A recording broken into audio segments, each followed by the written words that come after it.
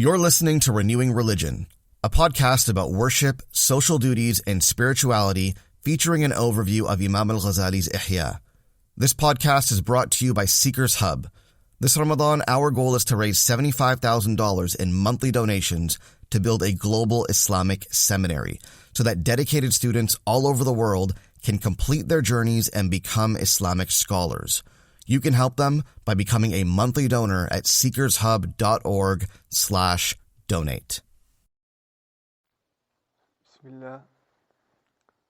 الذي لا إله سواه الواحد الأحد الفرد الصمد الذي لم يلد ولم يولد ولم يكن له كفوا أحد والصلاة والسلام على رسول الله وعلى آله وصحبه ومن والاه.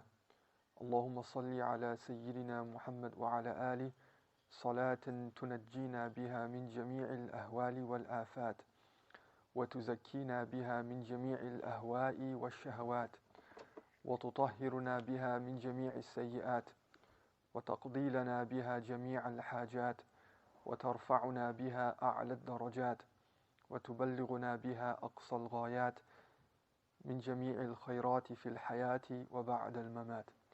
السلام عليكم ورحمة الله. كيف حالكم؟ الحمد لله. We're looking today at the arrangement of litanies or awrad and an exposition about the benefits of Qiyamul Layl.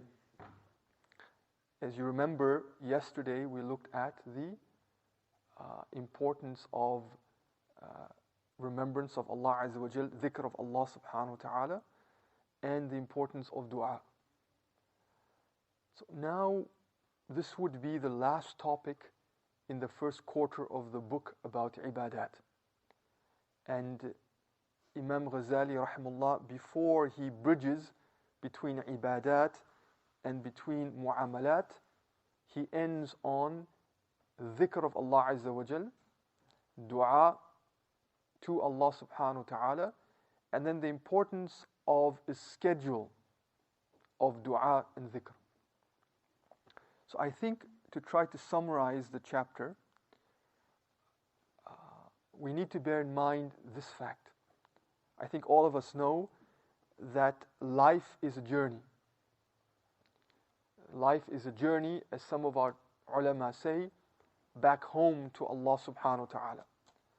That I was born to die. I was born to die and to journey back home.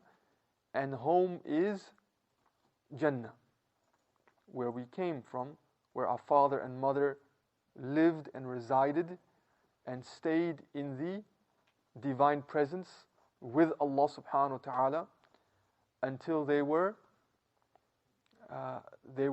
made in some way to journey to earth. And now the journey for me and you is a journey back home to Jannah.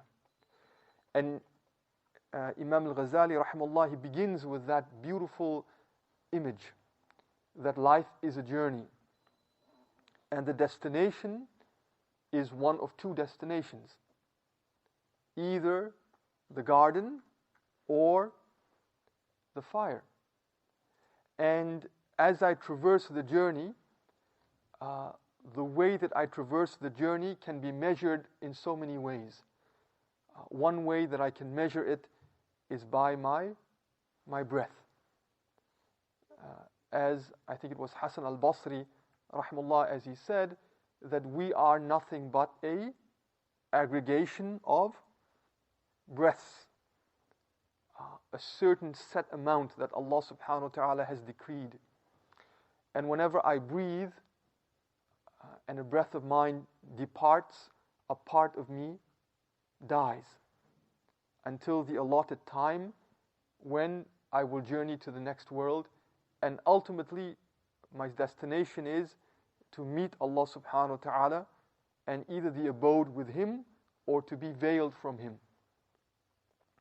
So if this is my journey and the journey of life, and ultimately the journey of my life is going to culminate in a meeting, and that meeting is the liqa with Allah subhanahu wa ta'ala of infinite majesty and infinite beauty. And as I meet Allah subhanahu wa ta'ala, Allah is concerned really with one thing. Allah is concerned about what kind of a heart I bring to Him. يَوْمَ لَا يَنْفَعُ مَالٌ وَلَا بَنُونَ, says our father Ibrahim alayhi salam. On that day, nothing of power or possessions will benefit us. إِلَّا مَنْ أَتَى اللَّهَ بِقَلْبٍ سَلِيمٍ, except the one who comes to Allah subhanahu wa ta'ala, who brings to Allah azza wa jal a qalb that is salim, a heart that is sound. So this sound heart is characterized by two things. One, that it knows Allah subhanahu wa ta'ala. And as we said yesterday, remember, that the functions of the heart are essentially three: to know, to feel, and to will and to desire. So this heart has desired Allah azza wa jal and has taken the journey to Him. And the heart arrives at Allah subhanahu wa ta'ala knowing Him experientially, meaning it has experienced His tawheed, His unicity, it has lived and spoken and acted in accordance to that, and it reaches Allah knowing Him. And number two, it reaches Allah subhanahu wa ta'ala muhibban lahu, loving Him. That is attached, the heart is attached to Allah subhanahu wa ta'ala. My greatest attachment inside of emotions, of feelings, of drives, of love, of hope, of solace, of intimacy is with Allah subhanahu wa ta'ala. So this qalb that is salim, it's pure, it's sound, it's beautiful.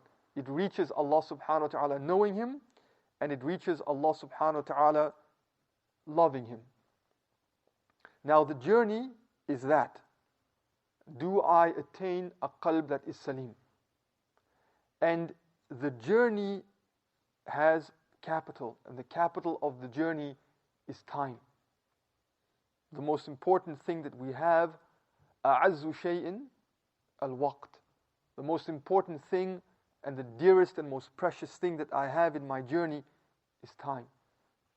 And every time time goes by, a part of me dies in one way. So the value of time is critical. The value of time, the preciousness of time. One of the ulama, rahimahullah, he says that مَا فَاتَكَ لَا عِوَضَ لَهُ. Whatever passes you by, there is no substitute. وَمَا حَصَلَ لَا قِيمَةَ لَهُ. And whatever you attain of the moment, we speak about the now, right? Popular spiritual culture speaks about living in the now. Well, Muslims have that concept and had it for centuries. To live in the present, meaning to live in the waqt, in the moment, and to be an abd of the moment, meaning what does Allah subhanahu wa ta'ala want for me in this moment? What are the rights upon me?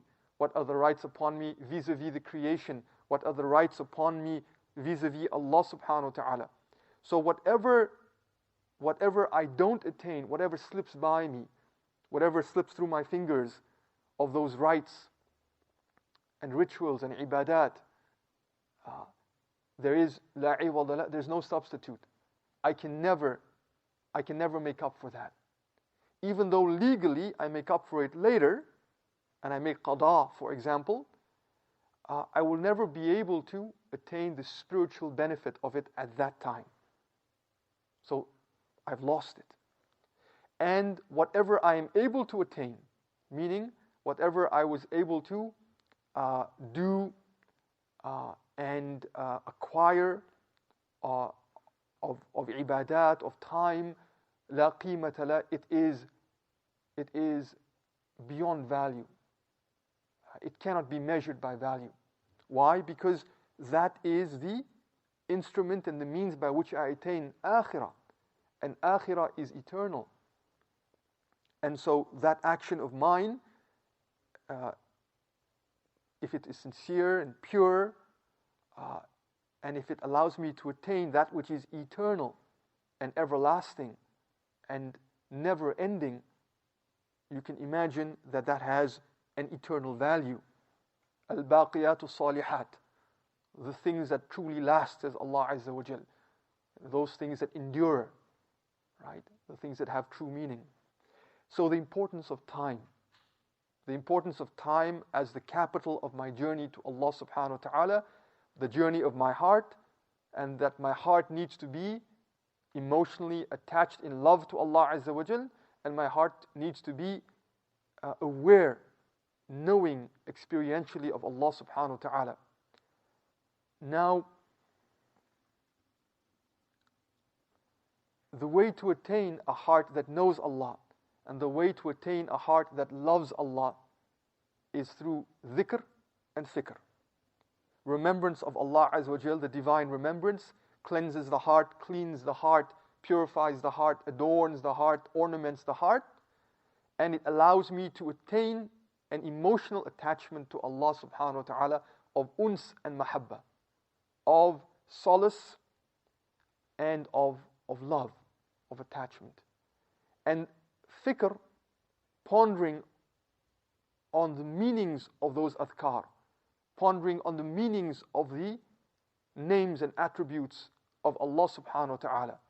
That reflection allows me to attain an experiential knowledge of Allah subhanahu wa ta'ala, or ma'rifah. So dhikr, and in all of its forms, because Allah subhanahu wa ta'ala in His love and in His grace and generosity has made dhikr variegated. There isn't only one sort of dhikr, as you know. Quran, salah, salawat, dua, tadabbur, reflection, because Allah subhanahu wa ta'ala knows that only one form of those adhkar leads to, how shall we say, spiritual malaise, spiritual tiredness. I don't want to use the word boredom, but if you only do one form of dhikr, it's difficult to do that. And so Allah Ta'ala has varied it. And therefore, Quran, and then when you are full with Quran, then adhkar, then dua, then salawat, then reflection. And the capital of life now means essentially that I need to devote my time and energy constantly and assiduously towards dhikr and fikr. And the Imam gives a very beautiful analogy, and I think all of us have an experience with this. You know, the drop of water that keeps hitting the rock, what happens? It has an effect on the rock. For example, if you're by the ocean, then you'll notice that the rocks by the ocean are very smooth. The waves come, the waves go. The waves come, the waves go. And that constant, consistent motion has a powerful effect on rock. So that's one example. Another more, even I think stark example is the drop that keeps dropping and dropping and dropping, and it affects rock after a while. It takes time, takes consistency, but it affects the rock. Versus the flood or the torrential rain that comes once a season. Right? Does it affect the rock? It doesn't affect the rock. And that's why he said, sallallahu alayhi wa alihi wa sahbihi wasallam, ahabul a'mal ila Allah subhanahu wa ta'ala adwamuha wa in qalla. The most beloved acts to Allah subhanahu wa ta'ala are the most enduring and the most consistent, even though they are small, like the drop. So my time, the point being that my time now, that is the most precious thing to me in my journey of a sound heart, it must be devoted persistently and assiduously and with dedication towards filling my hours, filling my day, filling my night in dhikr and fikr. So this is really the substance of the chapter. And then Imam Al-Ghazali rahimahullah, he divides the day into sections. He divides the night into sections. And each part has a prescribed form of adhkar and fikr. And that in harmony with what is received, what we have received from the sunnah of Rasulullah sallallahu alayhi wa alihi wa sahbihi sallam.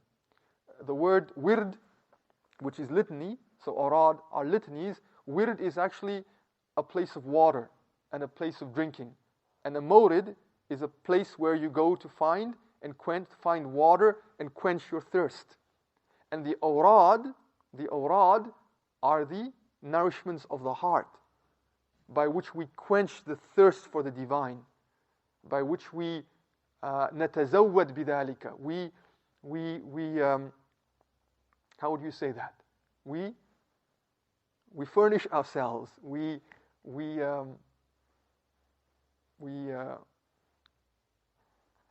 help me.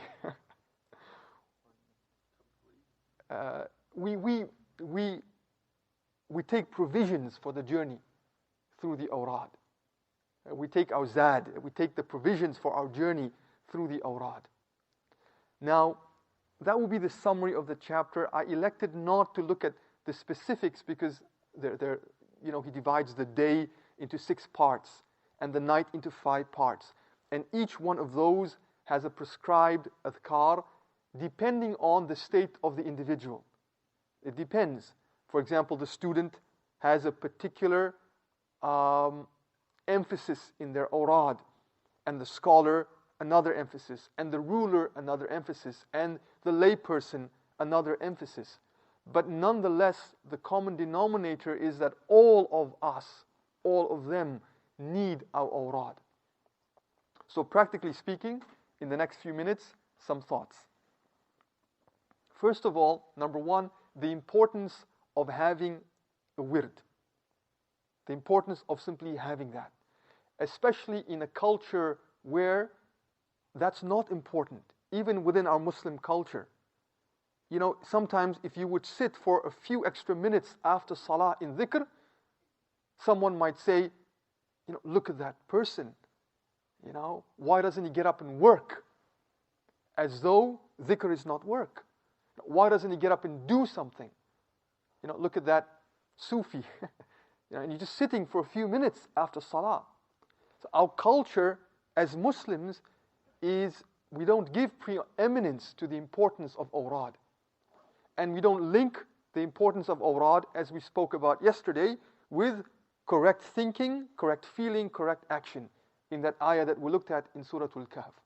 So the importance for me of keeping presence of heart by structuring my day, depending on my circumstances, around awrad, litanies of dhikr and dua. Number 1. Number 2, a beautiful hadith of his sallallahu alayhi wasallam, where Allah subhanahu wa ta'ala says, Ya ibn Adam, tafarragh li'ibadati. O child of Adam, free yourself, empty yourself from my ibadah. So beautiful. Tafarragh. In 2 ways. Empty your heart for me. And number 2, empty your time and schedule for my ibadah. And if you do that, the promise comes, أَمْلَأْ قَلْبَكَ غِنًى. I will fill your heart with richness. وَأَصُدَّ فَقْرَكَ. And I will guarantee you freedom from poverty. وَإِن لَمْ تَفْعَلْ. And if you don't engage in that tafarrugh for me, أَمْلَأْ قَلْبَكَ شُغْلًا. I'll fill your heart with worries and distress. وَلَمْ أَصُدَّ فَقْرَكَ. And I will not guarantee you freedom from poverty. And oftentimes the reason why we don't engage in awrad and structure our day around remembrance of Allah subhanahu wa ta'ala is because we fear poverty. We fear poverty. And so we give less time to Allah subhanahu wa ta'ala, less quality time to Allah azza wa jal. And we think that in the work that we do as we conceive it, we will attain happiness.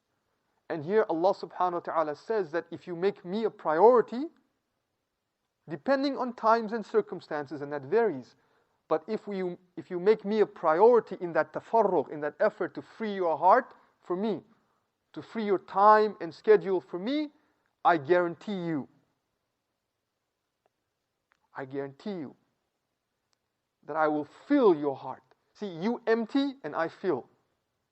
You empty your schedule, your time, your heart for Allah Azza wa Jal in acts of ibadah. And Allah Ta'ala says, I will fill. I will fill your chest, your heart with richness, and I will fill your life with sufficiency. But if you don't do that, you will always have worries and concern, and no matter how hard you work, you will never guarantee yourself freedom from poverty. So the importance of tafarruq. And then lastly, Ramadan. Ramadan offers a wonderful opportunity for me to fill my life with adhkar in a gradual way, and to take advantage of the most prime spiritual moments during the day. So what would some of those be? We have to wake up to eat, right? To wake up to eat. So that's sahar time. So that time before Fajr is very, very blessed for dua and for istighfar. And we have to be up anyway. So we could spend 5-10 minutes in istighfar and dua. And then after Fajr, you've eaten after Fajr, we're probably going to pray Fajr early, which is good, alhamdulillah. And then to spend some of that time in dhikr of Allah subhanahu wa ta'ala. Especially because Ramadan, the doors of Jahannam are closed, the doors of Jannah are open. There are no shayateen to nag at us and to bother us. So we have an added opportunity and energy to engage in dhikr in the morning. Then the salah during the day. So that's 2. Number 3. And then if we can stay up until ishraq on some days, that's wonderful to do. And to pray 2 rak'ah of duha. But at the very least, we can take advantage every day of the time before Fajr. And then the time before Maghrib. Because we're focused on opening our fast. Let's not say breaking the fast. We're focused on opening the fast. And so we should use 10 minutes before Maghrib. Dua, dhikr, istighfar. We can do that. And then, in Cape Town, they're fasting, and I think they end at 6 o'clock. Here we end after Salah, Taraweeh, by 12. So those extra raka'at of Taraweeh, alhamdulillah, to do. And we can add to that 1 or 2 and take advantage of Qiyamul Layl. Take advantage of that. So through Ramadan, at least 2 of the blessed times, and 3, some raka'at at night, the time before Sahar, the time before Maghrib. At least those 3 we can always take advantage of. And that's a wonderful start to structuring our day around ibadah. And then lastly, I would add, is no salah that's made in haste is a good salah. And really, when they speak about habits, they speak about a linchpin habit. If you want to develop good habits, oftentimes the good habits, there tends to be a major sort of a linchpin habit that everything else revolves around. And for the Muslim, it's salah. So to take time in my salah during Ramadan, not to hasten, to pray my sunan, and to always, I remind myself and you, to sit in dhikr and dua after salah. Never to get up, never to be hasty, to take 5 minutes and sit in dhikr of Allah subhanahu wa ta'ala, and to force myself to do that because it's not easy. The nafs doesn't want to do that. It doesn't like to do that. It wants to get up and do something. Meaning it wants to run away from Allah subhanahu wa ta'ala if the reality is known. And so to go against that impulse and that drive, and force oneself to sit for 5 minutes. And if I do that for every salah, that's 25 minutes of focused khalwa, focused dhikr. And that's the intent of that, because he, sallallahu alayhi wasallam, he sat after salah. It was his sunnah to do that. So that time should be always dedicated, focused khalwa time. 5 minutes after every salah, and then I can connect some dua to that, as we said yesterday, to impose upon myself a wird of dua. At least twice a day, once a day, twice, 3 times a day, I must be in dua, in particular when I don't want to be in dua. Because sitting in dhikr and sitting in dua is mujahada until Allah subhanahu wa ta'ala, by His grace and tawfiq, makes that sweet and beloved to us. And then we want to do that. But before we get there, I have to impose it upon myself. May Allah Azza wa Jal allow us to listen to the words of our teachers and follow the best of them and practice them. Because our knowledge is not, we don't learn to learn. I remind myself and you, we don't learn to learn, we learn to do. We don't learn to learn, we learn to do. And so what we learn from him, rahimahullah, I must find a way to do. Usually they say that, after you learn something, put it into practice immediately. Because chances are, if days go by and you don't do that, and don't find a way to incorporate that into your schedule and your life, you won't do that. We learn not to learn, but we learn to do. So I asked the brothers, and I got some permission from our shuyukh that in the remaining time before Maghrib, in these few days we have together, it would be good to practice dua together. Maybe we'll do that, audibly at times, but silently as well. So between now and Maghrib, take 5, 6, 7, 8 minutes, if possible, as long as possible. 5 minutes. We'll start with 5, then inshallah maybe 6, 7, 8, 9, 10, and practice. Practice being in dua for these moments until Maghrib, and we try to do that as a wird, as a practical wird of our sharing and learning together, that it becomes something inshallah habitual and beloved. So ala barakatillah, inshallah, if you would, you can face Qibla, you can not if you want, and to stay in dua in these times when Allah subhanahu wa ta'ala looks upon our hearts with rahmah and a gaze of bi'idhnillah, and a gaze of acceptance, because we're trying in some way to fast, and whatever we ask for, we have the high hope and the high himmah that it's heard and answered by Allah subhanahu wa ta'ala, and that we should ask with himmah, meaning we shouldn't ask for trivial things, though we can do that as well. But Allah subhanahu wa ta'ala, Allah Azza wa Jal is azim, and we should ask and have high himmah in what we ask from Him subhanahu wa ta'ala. Thank you for listening to this Seekers Hub podcast. To listen to the rest of our shows, please visit seekershub.fm. You can also subscribe to our weekly email newsletter called Compass, where we'll send the best of Seekers Hub's content straight to your inbox every single week. To get on the list, visit seekershub.org/compass.